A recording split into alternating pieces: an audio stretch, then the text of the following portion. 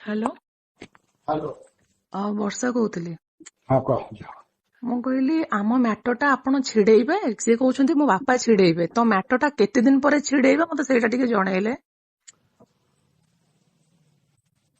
ଆପଣ ମତେ କହିଲେ 2 ମାସ ପରେ ମୁଁ ପଇସା ଦେଇଦେବି ତୁ ଯା, ତାପରେ ଆପଣଙ୍କ ପୁଅ ପଇସା ଦଉନାହାନ୍ତି, ଆଉ କେତେ ଦିନ ପରେ ମୁଁ ମୋ ବାପାଙ୍କ ପଇସାକୁ ଭିକାରୀ ଭଳିଆ ମାଗିବି? ନାଇଁ ପଇସା ପତ୍ର ମଗାମଗି କଲେ ତ ଭଲ ଲାଗିବନି, ବାରମ୍ବାର ମାଗିଲେ କଣ ଭଲ ଲାଗିବ? ଆପଣ କୁହନ୍ତୁ 6 ମାସ ହେଲାଣି ମୋ ଭଳିଆ ପିଲା, ନୋ ଝଗଡା ନା କିଛି, ମୁଁ ଶାନ୍ତିରେ ପଳେଇ ଆସିଲି।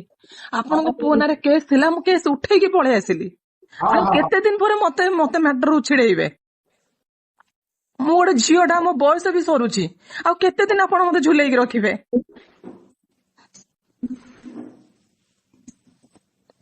କେସ୍ ଚାଲିବ, ଲୋକ ଜାଣିବେ, ଆପଣ ଭଲ ଲାଗିବ? ଆପଣ ନିଜେ କୁହନ୍ତୁ। କେସ୍ ଚାଲିବ, ଲୋକ ଜାଣିବେ, ଟାହି ଟପରା କରିବେ, ସତ କଥା ଜାଣିବେ ଯେ ଟୋକାର ଏମିତି ଲଫଡା ଯୋଗୁ ଝିଅ ଛାଡିଲା। ଆପଣ ନିଜେ ମୁଣ୍ଡ ଟେକି ଚାଲିପାରିବେ ଯଦି ମୁଁ କେସ୍ କରିବି? ନାଇଁ ନାଇଁ ନାଇଁ, କେସ୍ କାସ୍ ହେଲେ କଣ ଲାଭ ହବ ଯେ?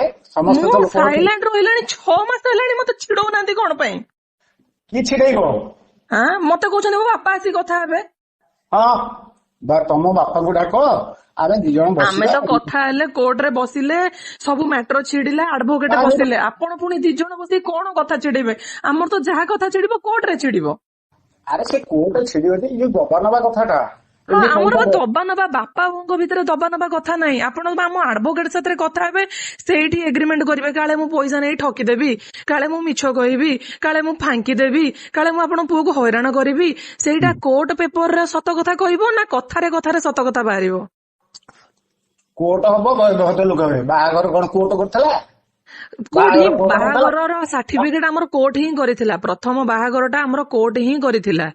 ଆମ ବାହାଘରକୁ ଭଦ୍ରଲୋକ ବି କେହି ଆସିକି କରିନଥିଲେ, ମୋ ବାପା ବସି କରିଥିଲେ। ଆପଣ ଆସିକି ଆଡଭୋକେଟ ହାତରେ ବସିକି କଥା ହଉନାହାନ୍ତି। ମୋ ବାପା ବସିଥିବେ, ଆଡଭୋକେଟ ବସିଥିବେ, ଆପଣ ବସିଥିବେ, ପରଫେକ୍ଟ ନିୟମରେ କଥା ବାହାରିବ। ଆଉ ମନ ଇଚ୍ଛା ଆମେ କଥା ବାହାର କଲେ କିଛି ତ ଲାଭ ନାହିଁ ନା। ନାଇଁ ନାଇଁ, ମନ ଇଚ୍ଛା କଥା କଲେ କଣ ହବ? ଆମେ ଗୋଟେ ମନ ଇଚ୍ଛା କହିଦଉଥିବୁ, ଆପଣ ଗୋଟେ ମନ ଇଚ୍ଛା କହିଦଉଥିବେ, କଥା କେତେ ଦୂର ଠିକ ହବ? ନାଇଁ ନାଇଁ ନାଇଁ, ସେଇଟା ଠିକ ନୁହଁ, ବୁଝିଲି। ଆଉ ମୁଁ ଗୋଟେ କଥା କହିଦେଇକି ପରେ ଫାଙ୍କି ଦଉଥିବି, ବଟ୍ ଆମେ ଗୋଟେ ଆଡଭୋକେଟ ସାଙ୍ଗରେ ଯଦି ବସିକି କଥା ହଉଥିବା, ସିଏ କଣ କଥା ଫାଙ୍କିବ? ଆମର କୋଉ ଭଦ୍ରଲୋକ କେହି ପଇସା ଦେବେ କି? କେହି ଭଦ୍ରଲୋକ ପଇସା ଦେବେନି। ଆପଣ ଆସିବେ, ଆପଣ ଆସିବେ, ଆପଣଙ୍କର ଠିକ ଅଛି, ଆପଣଙ୍କ ତରଫରୁ ଭଦ୍ରଲୋକ ଆଣନ୍ତୁ, ମୋର କିଛି ଲେନ ଦେନ ନାହିଁ, ହେଲା।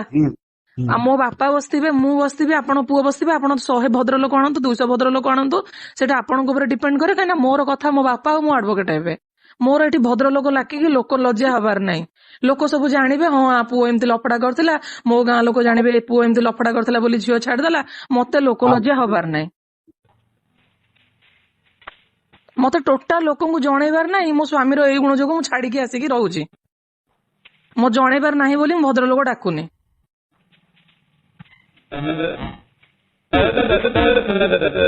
କେବେ ଛିଡେଇବା? ମତେ ଲେଟ୍ ହେଇଗଲାଣି।